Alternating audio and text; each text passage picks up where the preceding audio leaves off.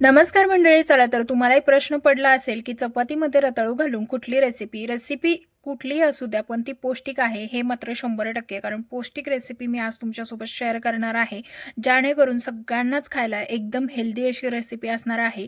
तर आज आपण पोळीमध्ये रताळू टाकून कुठली आणि हेल्दी आणि पौष्टिक रेसिपी बनवतोय ना, त्यासाठी व्हिडिओ शेवटपर्यंत बघा. व्हिडिओ जरी आवडला ना तर व्हिडिओला एक लाईक आणि आपल्या चॅनलला नक्की सबस्क्राईब करा. तर इथे ना त्यातली त्यात आपण गव्हाच्या पिठाची पोळी बनवतोय ना, त्यामुळे ही खूपच हेल्दी आणि पौष्टिक रेसिपी असणार आहे. यामध्ये जे काही आपण वापरतोय ते सगळं पौष्टिक आणि हेल्दीच असणार आहे. आरोग्याच्या दृष्टीने एकदम हेल्दी पदार्थ आज आपण वापरून हा पदार्थ बनवणार आहोत. त्यामुळे ना तुम्ही लहान मुलांसाठी किंवा तुमच्यासाठी स्वतःसाठी सुद्धा हा पदार्थ बनवू शकता. पदार्थ एकदमच टेस्टी होणार आहे, त्यामुळे आवडेल की नाही हा प्रश्नच नाहीये. तर इथे गव्हाचं पीठ घेतलेलं आहे, त्यामध्ये मीठ घालून घेतलं. मीठ पूर्णपणे मिक्स करायचं आणि थोडं-थोडं पाणी घालून आपल्याला आता हे पीठ मळून घ्यायचं आहे. तर इथे ना हे सुरुवातीलाच खूप पाणी घालून पीठ मळायचं नाही. बऱ्याच जणांना सवय असते की गव्हाच्या पिठामध्ये एकदमच पाणी ओतायचं आणि मग ते पीठ भिजवायचं.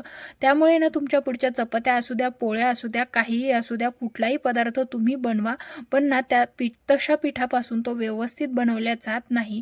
त्यामुळे ना शक्य होईल तितकं थोडं-थोडं पाणी घालून व्यवस्थित वेळ देऊन पीठ आपल्याला मळायचं आहे. तुम्हाला ही टिप्स अगदी तुम्ही चपात्या करण्यासाठी पीठ मळत असताना सुद्धा वापरू शकता आणि त्या टिप्सचा तुम्हाला नक्कीच फायदा होणार आहे. तर आपण हे पीठ आहे ना अशा पद्धतीने मळून घेऊया, जेणेकरून व्यवस्थित आणि मऊ पीठ मळल्या जाईल. आता हा पदार्थ जो आपण बनवत आहोत ना, त्या पदार्थासाठी तरी तुम्हाला याच पद्धतीने पीठ मळून घ्यायचं आहे. एरवीची तुमची पद्धत इथे वापरायची नाही. तर व्यवस्थित असं पीठ मळून घेतलेलं आहे. थोडं-थोडं पाणी टाकून मी हे पीठ मळून घेतलं. ज्या प्रकारे आपण पोळ्या बनायला पीठ बनवतो ना, तसंच बनवलेलं आहे. आता या पिठावरती आपल्याला झाकण ठेवून हे पीठ ठेवायचं आहे, म्हणजे वरतून ना कडक होणार नाही. आता पुढची तयारी करूया. तर इथे रताळे घेतलेले आहे. तर रताळे ना मीडियम साईजचे 5 रताळे आहेत. आता हे रताळे मी अगोदरच स्वच्छ धुवून घेतलेले आहे. आता इथे ना अजिबात ओले रताळे धुतलेले घ्यायचे नाही. त्यामुळे अशा पद्धतीने ते कोरडे करूनच रताळे आपल्याला इथे घ्यायचे आहे. त्यानंतर आपल्याला या रताळ्याची सालं काढून घ्यायची. जर ओले रताळे तुम्ही इथे घेतले ना, तर त्याचं पुढे मी तुम्हाला सांगणारच आहे, की आपण जेव्हा ओले रताळे घेऊ ना, त्यामुळे ह्या रताळ्यांना थोडंसं पाणी सुटण्याची शक्यता असते. त्यामुळे ना होईल तितकं आपल्याला हे रताळे कोरडेच घ्यायचे आहे.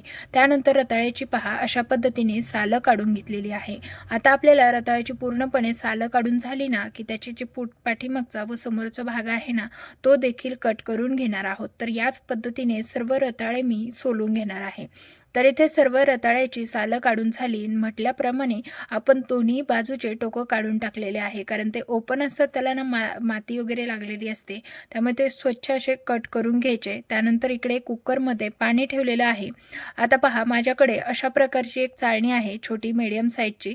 तर त्या चाळणीवरती ठेवून मी रताळे वाफवून घेणार आहे. आता चाळणीवरती ठेवल्यामुळे काय फायदा होणार आहे, की रताळ्यामध्ये आपल्या जे पाणी सुटतं ना, ते पाणी ह्या चाळणीमधून खाली जाणार आहे आणि त्यामुळेच हा पदार्थ बनवायला अतिशय सोपा जाणार आहे.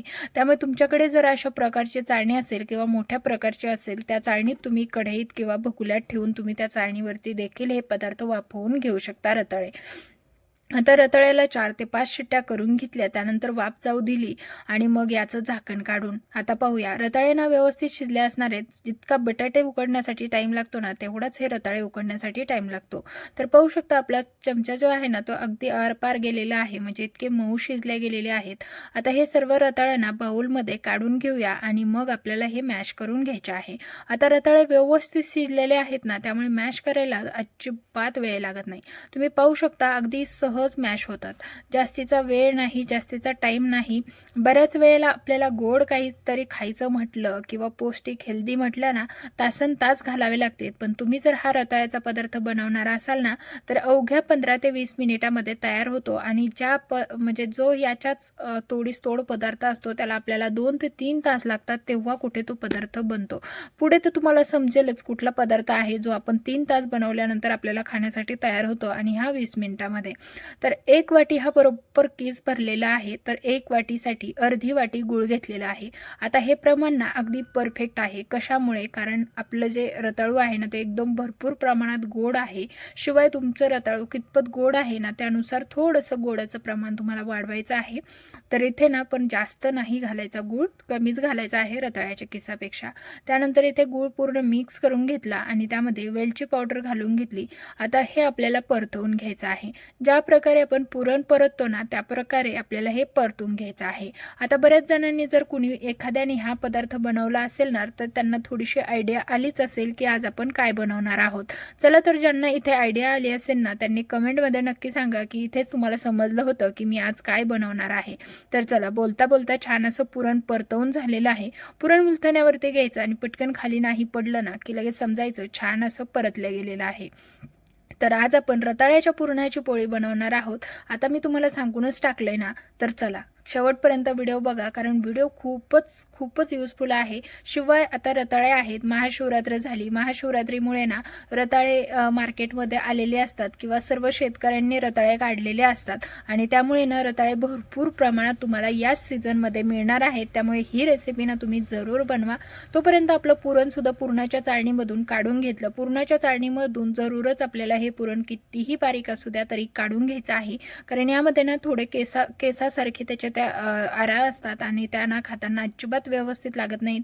तसेच ते आपल्या जाऊन टाळ्याला डायरेक्ट चिकटतात. त्यामुळे ना हे आपल्याला ही प्रोसेस करायची आहे. त्यानंतर पहा, कणकेचा गोळा अगदी थोडासा मोठा घेतलेला आहे आणि पूर्ण असा किंचित छोटा घेतलेला आहे, नाहीतर समप्रमाणातच आपण इथे घेतलेला आहे. त्यानंतर कणकेचा गोळा वाटी तयार करून त्यामध्ये पुरण भरून घेतलं. तुमचाच वेळ वाचावा म्हणून व्हिडिओ स्पीड केलेला आहे. त्यानंतर पोळी ना पीठ टाकून दोन्ही साईडने लाटून घ्यायचे आहे, तरच तुमच्या पोळ्या व्यवस्थित मऊ लुसलुशीत आणि कडेपर्यंत फुगणार आहेत.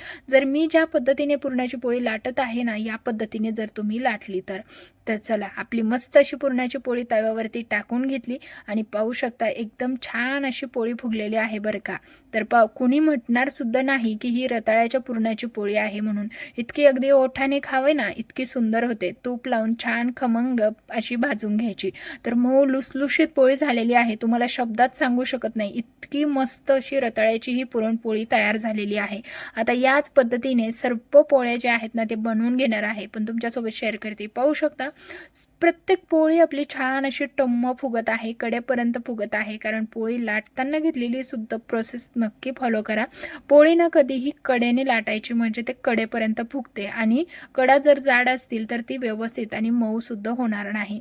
तर पहा, आपल्या अशा पद्धतीने मी तर सर्व पोळ्या बनवून घेतल्या. तुमच्यासोबत ह्या 3 पोळ्या शेअर केलेल्या आहेत आणि मस्त अशा आपल्या ह्या पुरणाच्या पोळ्या तयार झालेल्या आहेत. सांगा बरं, तुम्हाला तरी ओळखायला येते का की ही रताळ्याची पुरणाची पोळी आहे म्हणून? मऊ लुसलुशीत पुरणाच्या पोळ्या तर तयार झाल्या. तर तुम्हाला ही रेसिपी कशी वाटली ना, मला कमेंट करून नक्कीच सांगा. रेसिपी जर आवडली असेल ना, तर जास्तीत जास्त तुमच्या मित्रपरिवारासोबत शेअर करा, जेणेकरून तुमच्या सगळ्या परिवाराला ही रेसिपी माहीत होईल.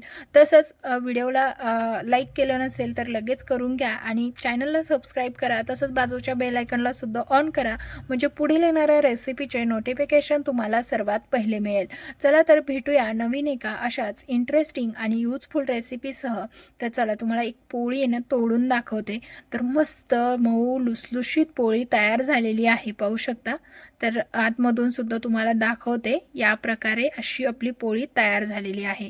तर तुम्हाला नक्कीच ही पोळीची रेसिपी आवडली असणार, खात्रीने सांगते, कारण मी शब्दात व्यक्त होऊ शकत नाहीये, पण इतकी भारी पोळी झालेली आहे. चला तर, सर्वांना धन्यवाद.